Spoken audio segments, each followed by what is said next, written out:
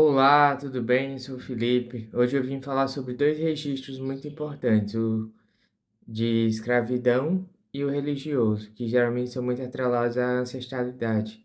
Mas antes disso, eu vou me apresentar aqui rapidinho. Sou o Felipe, trabalho com apometria, neuroapometria, né? Reprogramação neuroapométrica, onde eu trabalho a apometria junto com a programação neurolinguística, trabalhando as partes sutis, espirituais, obsessões, contratos, pactos, juras, tudo envolvendo essa parte espiritual, junto com também o trabalho das crenças, dos traumas, dos bloqueios, que é por onde abre a brecha para que o campo obsessor entre. Então, assim, eu vou deixar o link aqui embaixo, caso você tenha interesse em fazer o agendamento, ou tirar dúvidas e tudo mais, você vai falar diretamente comigo, sou eu que vou responder. Mas voltando lá para a parte dos registros. Vou começar pelo registro da escravidão. Felipe, como é que funciona o registro da escravidão? Então, a gente está na escravidão de forma prática, não, né? Só que aí tem um ponto que é o seguinte: a gente pode replicar coisas da escravidão, só um instante. A gente pode replicar coisas da escravidão, como exploração, como demérito, como não valorização do trabalho. E aí, como é que funciona? Quando esse registro se abre na gente, a gente tende a entrar em situações onde a gente tende a ser explorado. Então a gente muitas das vezes trabalha muito e recebe pouco, ou é humilhado, ou é rebaixado, ou é punido quando não rende o suficiente. Então, são características que vêm da escravidão, só que, claro, de forma mais atenuada, né? Mas, de certo modo, ainda reverbera. Então, quando a gente tem esses registros no campo, ele em específico traz muito uma sensação de também de não merecimento. Por quê? Porque os pobres escravos, eles trabalhavam sem esperar nada em troca. Então acaba que a gente fica nesse desnível do merecimento, de assim, eu trabalhei, eu mereço receber. E aí isso favorece o abuso, favorece a exploração, favorece o ganho de vantagem em cima do outro. E tudo isso vai corroborando para uma escassez de energia, porque vai sendo sugado tudo como se fosse um vampiro. E aí chega o ponto que a pessoa não aguenta mais. E aí começa a ter problema de saúde, começa a ter cansaço excessivo, começa a não ter mais energia para viver a própria vida, começa a se sentir mal consigo mesmo, começa a se rebaixar, a aceitar, a dizer, eu sou assim mesmo, minha vida é assim, não tenho o que fazer, é desse jeito e acabou. E o princípio do registro de escravidão não é só na função de trabalhos mesmo oficiais, né, de trabalhar numa empresa ou para alguém. É também na questão de relacionamentos. Como assim? Você pega, tem uma parte do relacionamento, uma das partes, que não faz nada, e a outra faz tudo. Então, arruma a casa, trabalha, paga as contas, cuida das crianças, faz tudo, e a outra parte não faz nada.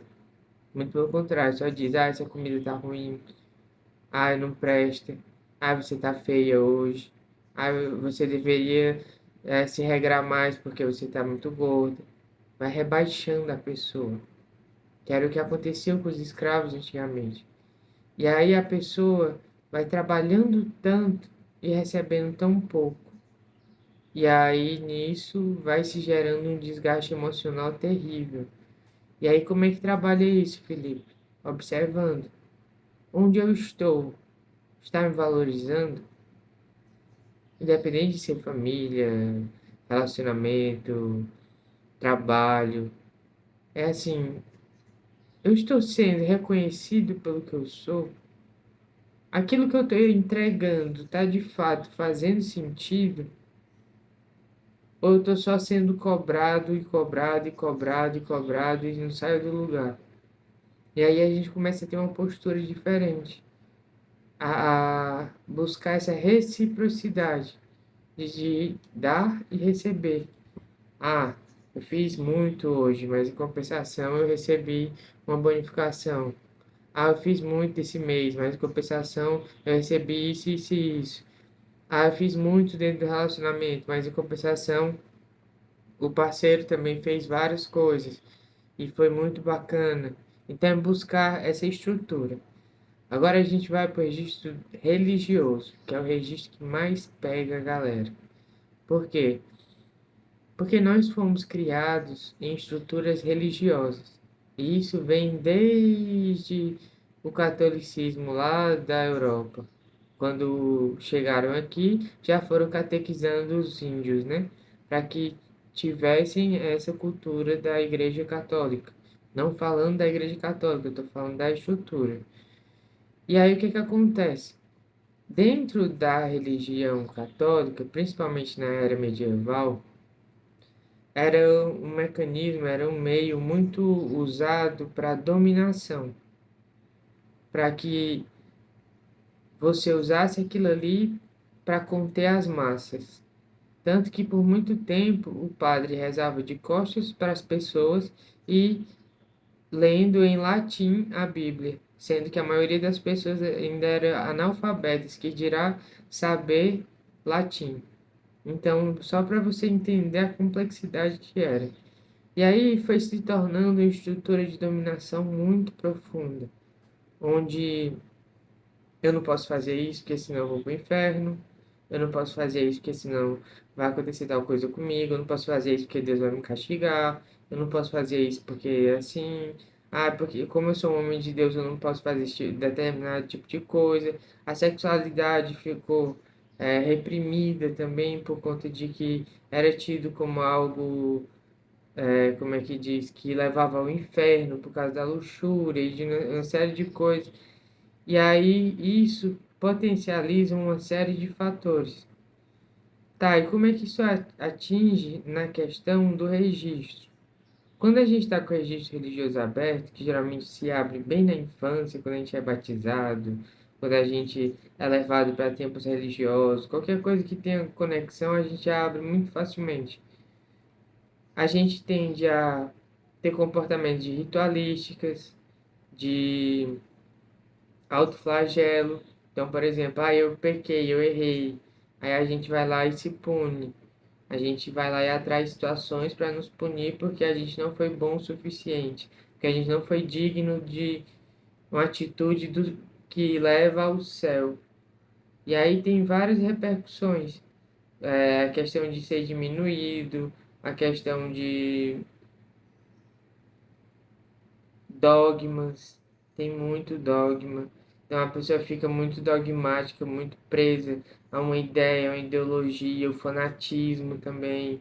E aí com fanatismo você tem sua ideia e você não abre mão por nada, todo mundo tá errado, só você tá certo, e você vai entrando numa espiral de si mesmos. Só que não é de si, é de uma dominação por trás. E aí acaba que quando se tem um registro religioso aberto, tem um ponto que impacta muito, que o pessoal se interessa bastante, que é a parte do dinheiro.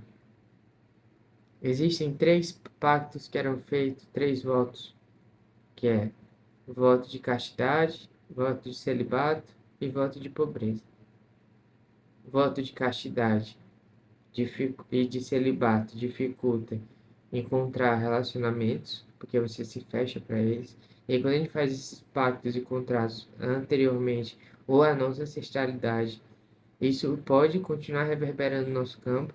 E aí, esses dois, por exemplo, celibato e castidade, pode também pegar o avesso, então a pessoa pode ficar muito libidinosa, muito luxuriosa e tudo mais, ou pode se fechar, ter dificuldades de ter relacionamentos. Tem a questão financeira também, que é o voto de pobreza. Por quê? Porque é mais fácil passar um camelo no buraco da agulha do que o rico entrar no reino dos céus. É mais fácil. mas não quer dizer que é impossível um rico entrar no reino dos céus. Depende da postura, do coração, do discernimento, da sabedoria. Então, esses dois registros que parecem inofensivos, dado os nossos tempos, eles ainda reverberam em nós. Então a gente tende a ter muita ritualística. Aí eu só posso sair de casa se eu fizer tal coisa. Aí eu só posso resolver isso se for de tal jeito. Aí para eu me conectar com a minha espiritualidade, eu preciso fazer isso, isso e isso. Sendo que a nossa espiritualidade está com a gente o tempo todo. Eles só revezam. Vai tu primeiro, agora eu, agora outro. Estão sempre com a gente. Só que a gente vai colocando camadas e camadas e camadas e camadas. Uma forma de tentar controlar o incontrolável. E aí esse é o problema. Então, como é que se trabalha isso, Felipe? A gente tendo consciência. A gente entendendo que a gente pode sim ser rico e entrar no reino do céu, entendendo nossos padrões de ritualística em excesso, porque rituais todo mundo tem. Às vezes um ritual é se levantar da cama e escovar os dentes, mas a ritualística em excesso é que faz mal. O lance do fanatismo é buscar ver outras perspectivas, não só a sua. Não achar que você sabe de tudo, de que você entende tudo, de que você é o dono da verdade. Os votos é fazer decretos de. Vou deixar aqui na descrição um decreto que você faz para poder quebrar esses pactos de castidade, celibato e pobreza. E aí você faz esse decreto, também quebra isso, já facilita muito a sua vida. Até também a questão amorosa, financeira, tudo. E buscar entender em você o que é dominação e o que não é. O que te restringe e o que te impede de ir além. Ah, eu sou uma pessoa espiritualizada, não posso mais nem fazer amor. Será? Por quê? É a gente questionar. Porque antes existia uma fé cega, onde o que era dito era a verdade. Hoje não, questionemos tudo. Questionemos a forma de agir, a forma de pensar, a forma de ser, o que não é. E aí, esses dois registros são muito potentes, que tem muitos subregistros dentro deles. A gente vai tendo a consciência e vai se livrando deles pouco a pouco, tá bom? E eu vou pedir que, se fez sentido, se foi é, algo que trouxe uma consciência. Curte, se inscreve no canal para ter mais vídeos como esse, comenta, dá aquele hype se tiver. Vamos nos unir para que a gente possa crescer cada vez mais. Um grande abraço a todos.